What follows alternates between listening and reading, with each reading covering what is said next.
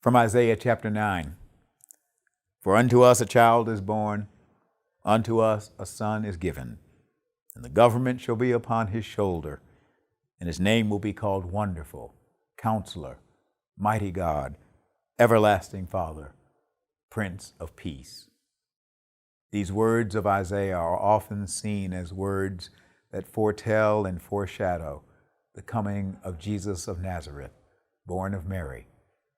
The truth is, these words befit him because this child changed the world. This child changes lives. This child changes us. I remember when our oldest daughter was a baby. My wife and I were young, footloose, fancy-free, married. When we wanted to go out to eat dinner, we went out to eat dinner. We made decisions at the last minute to go to a movie, and we just went.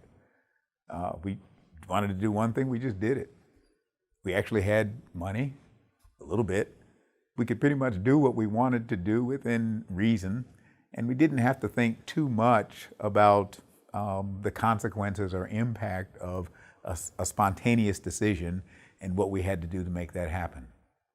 And then all of a sudden, this little innocent human being, a little child, came into our lives and literally gained control over our entire world.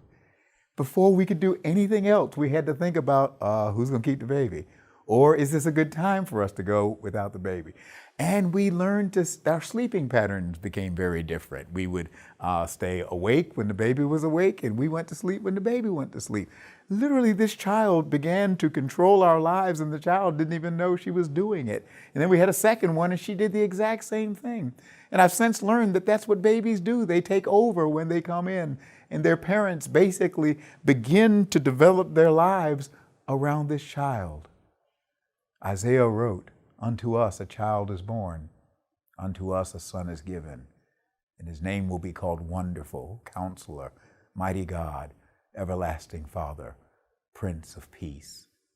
This child who was born of Mary, this child born and placed in a manger, wrapped in swaddling clothes, this child born when angels sang Gloria in Excelsis Deo, this child born when wise ones came from afar bearing gifts, this child who was born into a world torn by strife and hatred and division and pain and poverty for so many, continues to be born anew wherever men and women say, "I'll follow him.